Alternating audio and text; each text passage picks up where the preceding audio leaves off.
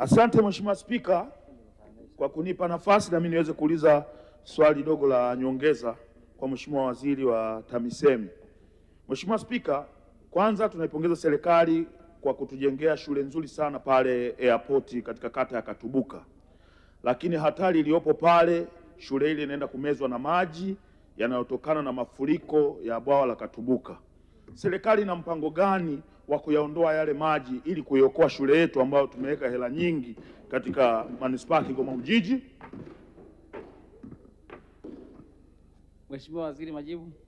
Mheshimiwa Naibu Spika, nimpongeze sana Mheshimiwa Chipando kwa namna anavyowasemea wananchi wa jimbo lake, na leo naona hajanitia shoti.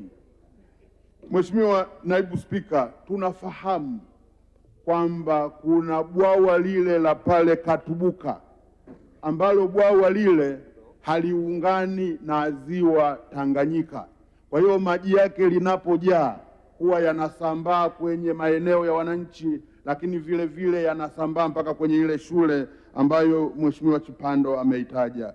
Mheshimiwa Naibu Spika, ni jana tu wataalamu wa TAMISEMI pamoja na wataalamu wa halmashauri walikaa kuona ni namna gani fedha ya taktiki iliyoko kule itaweza kutumika kujenga mtaro ambao utatoa maji kutoka kwenye bwawa lile la Katubuka kupeleka kule kwenye ziwa, ili bwawa lile lisiwe linajaa maji wakati wote. Kwa hiyo Mheshimiwa Naibu Spika, tutakaa na Mheshimiwa Chipando baada ya kupata taarifa ya wataalamu ambao wamekaa jana kuweza kushare naye na yeye kuweza kuwapelekea wananchi namna tunavyotaka kuondoa adha ya maji yanayojaa kwenye bwawa lile la Katubuka. Mheshimiwa Naibu Spika, nakushukuru sana.